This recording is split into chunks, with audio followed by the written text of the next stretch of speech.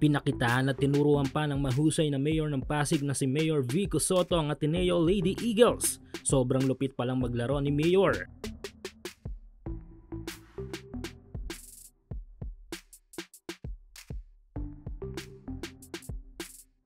Kilala si Vico Soto bilang isang mahusay na mayor sa lungsod ng Pasig at tila hindi nga lang sa Pasig kilala si Mayor Vico kundi pati na rin sa buong Pilipinas. Hindi lang kasi basta-basta paglilingkod ang ibinibigay nito sa kanyang mga nasasakupan kundi isa ring pambihirang malasakit na walang halong personal na interes. Isa na lang sa mga iilan si Mayor Vico na talagang tunay at tapat sa serbisyo as a mayor. Pero bago pa tayo mababad sa usaping politika ay lipat na tayo sa main topic ng video natin na ito. Ito nga yung pambihirang basketball background ng buting mayor na ito. Yes, si Mayor Vico ay may tangan ding husay sa larangan ng basketball. Siguro kundi lang naging politiko ay tiyak na nasa linya ito ng basketball, kundi isang player dahil sa tangan nitong husay sa laro ay isang mahusay na coach. Dahil aside sa mga napapanood nating highlights ni Mayor Vico online sa paglalaro niya ng basketball ay kasama din ito sa coaching staff ng women's team ng Ateneo, the Lady Eagles. Ito lang sa mismong page ng Lady Eagles ay pinost nila ang video footage kung saan ay parte nga si Mayor Vico ng kanilang ensayo. Makikita na pinapakitaan pa ni Mayor ang mga Lady Eagles ng ilang mga moves at plays nito sa game. At para sa mga nagtatanong kung ano bang ginagawa dito ni Mayor sa training ng mga babaeng team ng Ateneo ay dahil nga may kaugnayan siya sa current coach ngayon ng Lady Eagles na si Coach L.A. Mumar. Ayon sa ilang mga reports ay naparito si Mayor Vico upang i-boost ang confidence at suportahan na rin at the same time ang Lady Eagles para sa kampanya ng team this ongoing UAP Season 88 kung saan ay wala pang gasgas ang kanilang standing. Eto't panoorin natin ang uncut video ni Mayor Vico sa training na ito ng Lady Eagles.